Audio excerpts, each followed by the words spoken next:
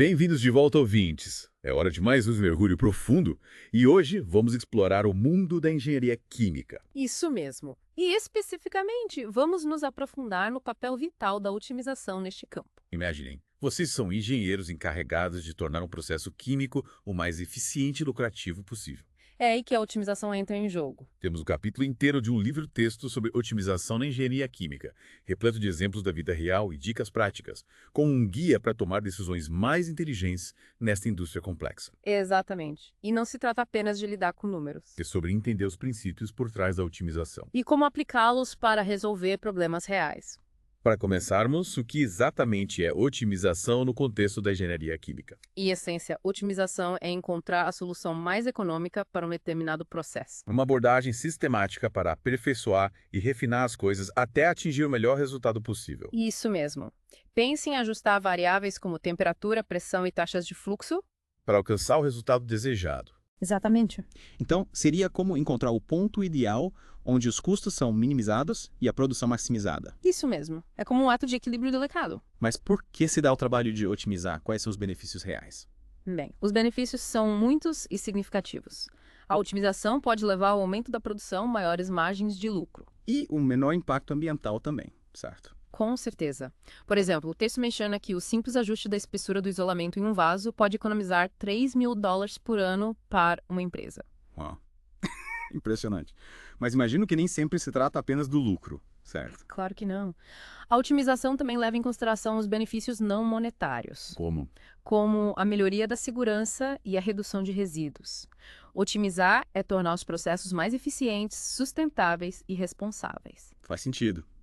E o interessante é que isso pode acontecer em vários níveis dentro de uma empresa, não é? Exatamente. O texto menciona essa hierarquia de otimização, começando com equipamentos individuais na base. E indo até o nível gerencial no topo, como uma pirâmide. Exatamente. Podemos otimizar uma única bomba, um radiator, uma linha de produção inteira. Ou até mesmo as decisões estratégicas tomadas no nível corporativo. Isso mesmo. Cada nível apresenta suas próprias oportunidades únicas de melhoria. Mas se a otimização é tão benéfica, por que não é aplicada o tempo todo? Imagino que existam alguns desafios envolvidos. Você está absolutamente certo. Apesar de incrivelmente valiosa, a otimização nem sempre é um processo simples.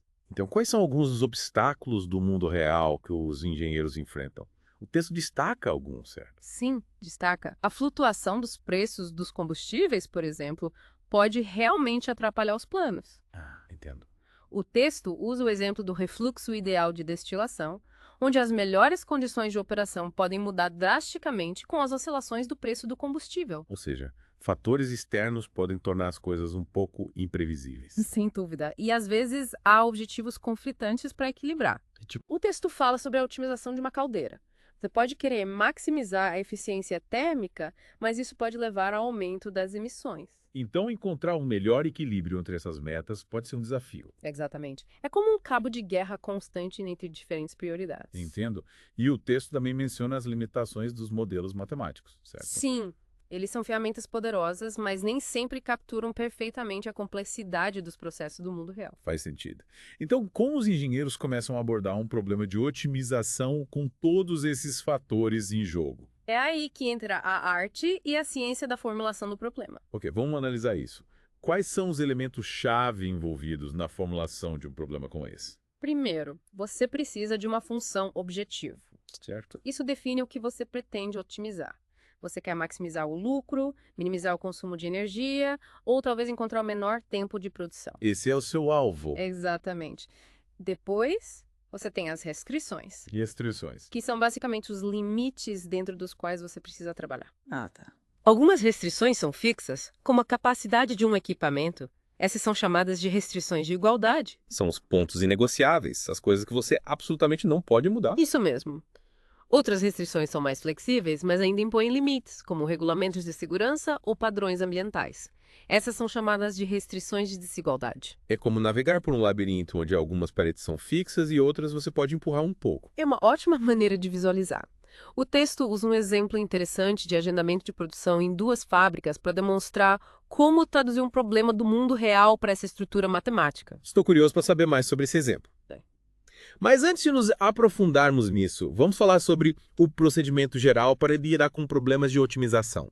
Quais são as etapas que os engenheiros geralmente seguem? Bem, o texto fornece um procedimento de 6 etapas que atua com um roteiro sólido. Ok. Começa com análise cuidadosa do problema e a identificação de todas as variáveis relevantes. É como reunir todas as peças do quebra-cabeça antes de começar a montá-lo. Certo. Então você passa a definir sua função objetivo com base no que você está tentando alcançar. Certo, essa é a segunda etapa. Definir a meta, como falamos antes. O que vem a seguir? Em seguida, você define meticulosamente suas restrições, delineando as limitações fixas e os limites flexíveis. O quarto passo é onde a mágica acontece. Formular o modelo matemático. Entendi. Isso envolve traduzir seu problema para uma linguagem que os computadores entendam. Essa parece essa parte tecnicamente mais desafiadora. Pode ser. Mas, uma vez que tem seu modelo, o que acontece? Você está pronto para o quinto passo, resolver um modelo. Isso geralmente envolve o uso de algoritmos sofisticados e ferramentas computacionais para analisar os números e encontrar a solução ideal. Então é aí que o computador realmente se destaca. Com certeza. Mas o processo não termina aí. O sexto passo é verificar sua solução e analisar sua sensibilidade às mudanças. Isso parece crucial. O que envolve análise de sensibilidade? Trata-se de entender como sua solução ideal pode ser afetada se certos parâmetros mudarem. Por exemplo, o que acontece se o custo de uma matéria-prima aumentar, ou se o desempenho de um equipamento diminuir. A análise de sensibilidade ajuda você a antecipar essas incertezas do mundo real. É como construir uma rede de segurança, certificando-se de que sua solução seja robusta diante de mudanças. Agora, estou ansioso para mergulhar naquele exemplo prático que você mencionou anteriormente, o de agendamento da produção em 2 fábricas. Sim, esse é ótimo para analisarmos. Ele realmente destaca como até mesmo problemas de otimização aparentemente simples podem envolver cálculos e considerações complexos. Pode nos guiar por ele. Claro! Imagine uma empresa que fabrica um produto específico em 2 fábricas diferentes. O objetivo é determinar o cronograma de produção ideal para cada fábrica, de modo a maximizar os lucros, considerando fatores como capacidade de produção, demanda e custos de transporte. Então há muitas peças móveis para contabilizar. Exatamente. Primeiro, você precisa definir sua função objetivo, que neste caso é maximizar o lucro. Isso significa expressar o lucro como uma equação matemática que inclui variáveis como volume de produção, preço de venda e custos. Ok, esse é um cálculo comercial padrão.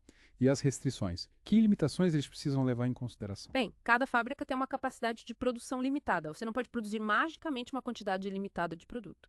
Portanto, você precisa de restrições que representem a produção máxima de cada fábrica. Depois, a demanda. Você não pode produzir mais do que o mercado suportará. Portanto, as previsões de demanda se tornam outro conjunto de restrições. Está começando a soar como um quebra-cabeça logístico. Quais outros fatores entram em jogo? Os custos de transporte são um dos principais. Mover produtos entre fábricas e para clientes aumenta a despesa geral. Portanto, você precisa incorporar esses custos ao seu modelo. Às vezes, a relação entre as variáveis não é direta. Você pode encontrar relacionamentos não lineares que exigem técnicas matemáticas mais sofisticadas para resolver. Faz sentido. O mundo real raramente segue padrões lineares e organizados. Exatamente. E é isso que torna a otimização desafiadora e gratificante. Você está usando a matemática para encontrar a melhor solução dentro de uma teia complexa de restrições e relacionamentos. Então, como esse exemplo específico se desenrola? Quais insights o texto oferece sobre o cronograma de produção ideal? Bem, o exemplo conduz por todo o processo, desde a formulação do problema até a localização da solução. Mostra como traduzir esses fatores no mundo real, capacidade de produção, demanda, custos de transporte em expressões matemáticas e destaca algumas das coisas inesperadas que podem surgir ao longo do caminho. Como o quê? Dê-nos algumas das principais conclusões. Um insight importante é que às vezes você não consegue encontrar uma solução analítica simples. A complexidade dos relacionamentos pode exigir soluções numéricas que envolvem cálculos iterativos usando computadores. Então não é sempre uma fórmula de conectar e usar. De jeito nenhum. E lembra da análise de sensibilidade de que falamos. Este exemplo mostra o quão crucial é essa etapa. Ao analisar como a solução ideal muda quando você ajusta diferentes parâmetros, você obtém uma compreensão muito mais profunda do problema. Isso soa como uma ferramenta valiosa para tomar decisões mais informadas. Com certeza. Este exemplo também enfatiza que a otimização é uma jornada, não um destino. À medida que as condições mudam, você pode precisar revisitar seu modelo e refinar sua solução. É um processo iterativo de melhoria contínua. Esta foi uma análise fantástica de como a otimização funciona no mundo da engenharia química. Exploramos o que é a otimização, porque ela é importante, e alguns dos desafios envolvidos. Também vimos como os engenheiros podem usar uma abordagem sistemática para formular e resolver problemas de otimização, mesmo aqueles com restrições complexas do mundo real.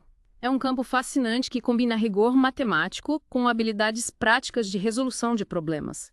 E à medida que a tecnologia avança, as ferramentas e técnicas disponíveis para otimização estão em constante evolução. É emocionante pensar sobre o futuro da otimização e o potencial que ela tem para criar processos mais eficientes, sustentáveis e lucrativos em uma ampla gama de setores. Mas, por enquanto, faremos uma pequena pausa. Sabe, quando penso em otimização, me vem à mente a ideia de aperfeiçoar uma receita. Interessante. Você começa com o conhecimento básico dos ingredientes e como eles interagem. Certo. Mas a mágica está em experimentar e ajustar até atingir a perfeição. E assim como um chefe talentoso usa intuição e experiência, os engenheiros usam seus conhecimentos e bom senso ao formular problemas de otimização. O livro enfatiza que não se trata apenas de aplicar fórmulas cegamente. Exato, tem uma certa arte nisso. É preciso uma compreensão profunda do problema, né? Com certeza. E para resolver um problema de otimização de forma eficaz, a formulação matemática precisa se integrar perfeitamente aos algoritmos computacionais utilizados. É uma mistura de criatividade, experiência e profundo conhecimento do problema e das ferramentas disponíveis. Uma interação dinâmica entre o teórico e o prático. Falando em desafios, já mencionamos alguns obstáculos, como a flutuação dos preços dos combustíveis e os objetivos conflitantes. Que outros desafios os engenheiros enfrentam? O livro menciona mais alguns. Sim. Às vezes, a solução ideal não é imediatamente óbvia. Entendi. O livro menciona a espessura ideal do isolamento de um vaso. Pode parecer que mais isolamento é sempre melhor, mas há um ponto em que o custo de adicionar mais isolamento supera a economia de energia. Então existe um equilíbrio delicado entre custo e eficiência. Sem dúvida. Outra dificuldade é lidar com a incerteza inerente a muitos processos do mundo real. Assim. Lidamos com preços flutuantes de matérias-primas, mudanças na demanda do mercado, até variações no desempenho do equipamento. Os modelos de otimização devem ser robustos o suficiente para lidar com essas incertezas. Faz sentido? Não queremos que nossa solução ideal se desfaça à menor mudança nas condições. Exatamente. E como já mencionamos, às vezes a relação entre as variáveis não é linear, exigindo técnicas matemáticas mais sofisticadas. Aliás, falando em complexidade, que tal analisarmos um exemplo fascinante do livro? Vamos lá. Que tipo de problema vamos abordar desta vez? Imagine uma empresa que produz um produto químico especializado. Eles têm uma quantidade fixa de matéria-prima e precisam decidir quantos ciclos de produção realizar ao longo de um ano. Para quê? Para minimizar seus custos totais. Encontrar o ponto ideal entre a eficiência da produção e os custos de estoque. Isso mesmo. Se fizerem muitos lotes pequenos, incorrerão em altos custos de configuração para cada ciclo. Mas se fizerem poucos lotes grandes, terão que armazenar muito estoque, o que também custa dinheiro. Um dilema clássico. Equilibrar o custo de fazer negócios com o custo de manter produtos não vendidos. Como eles abordam esse problema da perspectiva da otimização? Primeiro, eles definem sua função objetivo, que neste caso é minimizar o custo total anual. Certo. Esse custo inclui os custos de produção, os custos de manutenção do estoque. Ou seja, eles precisam capturar ambos os lados da equação em seu modelo matemático. Correto. Em seguida, eles identificam as variáveis-chave. A mais importante é o número de ciclos de produção por ano. E essa variável influencia diretamente os custos de produção, os níveis de estoque. Exatamente. É o elo que conecta todos os diferentes componentes de custo. Entendi. E as restrições? Que tipo de limitações eles precisam considerar? Bem, a mais óbvia é a quantidade total de matéria-prima disponível. Eles não podem produzir mais do que seus recursos permitem. Um limite rígido. Que eles não podem ultrapassar. Certo. E quanto a outras restrições? Eles também podem ter uma restrição na capacidade máxima de produção por ciclo. O equipamento pode ter suas limitações. Ah, entendi. Sobre quanto produto pode produzir por vez. Quando eles precisam encontrar o equilíbrio entre minimizar os ciclos para economizar nos custos de configuração e maximizar a produção por ciclo para atender à demanda. Exatamente. E é aí que o processo de otimização brilha, ajudando-os a navegar por essas compensações e chegar a uma solução que minimize o seu custo geral. Este é um ótimo exemplo de como a otimização pode lidar com problemas complexos do mundo real. Quais são as principais conclusões deste exemplo? O que o livro destaca?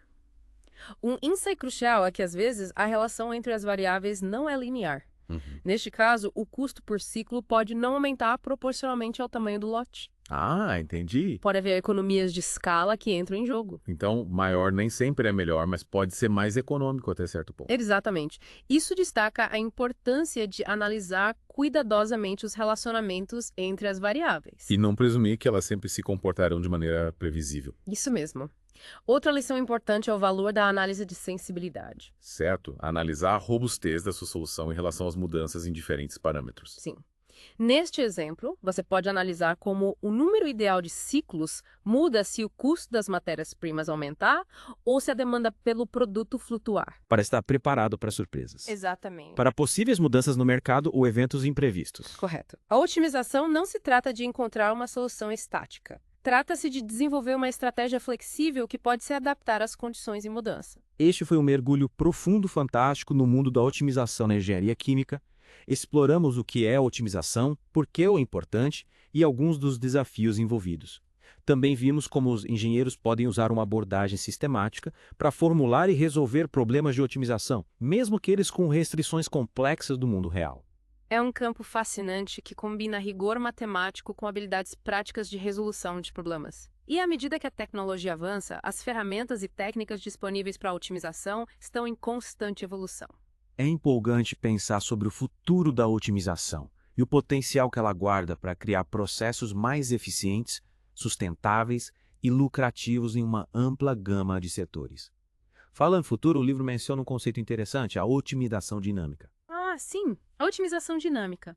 Ela leva em conta a evolução do sistema ao longo do tempo, o que a torna ideal para processos que mudam constantemente, como o controle de temperatura em um reator químico. Nossa, parece que estamos entrando em um novo nível de complexidade. De fato, imagine tentar otimizar um processo que está mudando a cada segundo. É como tentar acertar um alvo móvel. Uau, isso parece desafiador. Mas imagino que as recompensas também sejam maiores. Com certeza. A otimização dinâmica permite que você ajuste seu processo em tempo real, respondendo às mudanças nas condições e mantendo o desempenho ideal. Que fascinante! É como ter um sistema de piloto automático inteligente que mantém seu processo no caminho certo, não importa o que aconteça. É uma ótima analogia. E essa é apenas a ponta do iceberg quando se trata dos avanços da otimização.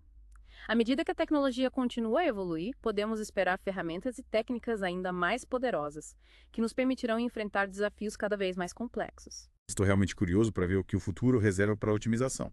Mas por enquanto, vamos fazer uma pequena pausa e voltar para a última parte do nosso mergulho profundo, explorando algumas ideias finais e conclusões importantes. Sabe, enquanto encerramos nosso mergulho profundo na otimização, acho importante reforçar que não se trata apenas de cálculos complexos e algoritmos. Trata-se de fazer as perguntas certas. Sim. E entender as compensações fundamentais em jogo. É verdade? É ter uma compreensão clara do problema que você está tentando resolver. E usar as ferramentas de otimização para orientar a sua tomada de decisão. E é importante lembrar que a otimização não é um evento único, mas sim um processo contínuo. Isso. De refinamento e aprimoramento. À medida que as condições mudam e novas informações se tornam disponíveis, você pode precisar revisitar seu modelo de otimização. É verdade. E ajustar sua estratégia. Com certeza. Falando em revisitar, algo que realmente me chamou a atenção no livro foi a ênfase nas limitações dos modelos matemáticos. Eles nos advertem, né? Que os modelos são apenas representações da realidade, não réplicas perfeitas. Às vezes é fácil cair na armadilha de pensar que depois de construir um modelo matemático, você capturou todas as complexidades do problema. Mas a realidade é que os modelos são baseados em suposições. É verdade. E simplificações. Eles não podem levar em conta todos os cenários possíveis. Não. Ou eventos imprevistos. É como usar um mapa para navegar por uma cidade. Entendi. O mapa é uma ferramenta útil, mas não mostra todos os buracos ou desvios que você pode encontrar pelo caminho. Faz sentido. E assim como um viajante experiente usa seu bom senso para ajustar sua rota conforme necessário, os engenheiros precisam estar cientes das limitações de seus modelos. Sim. E se preparar para fazer ajustes. Com certeza. Com base em observações do mundo real. Um equilíbrio entre a precisão dos modelos matemáticos e a flexibilidade do julgamento humano. É isso que torna a otimização um campo tão fascinante. É verdade. É uma mistura de arte e ciência, onde os engenheiros usam sua criatividade e engenhosidade para enfrentar problemas complexos. Com certeza. Este mergulho profundo nos deu uma visão geral fantástica dos princípios-chave da otimização. Exploramos suas aplicações, seus desafios, a importância de equilibrar o rigor matemático com considerações práticas. Vimos como a otimização pode ajudar os engenheiros a tomar melhores decisões, melhorar a eficiência, criar um futuro mais sustentável. E com a evolução constante da tecnologia, as ferramentas e técnicas disponíveis para a otimização também evoluem, abrindo um leque enorme de possibilidades para o futuro.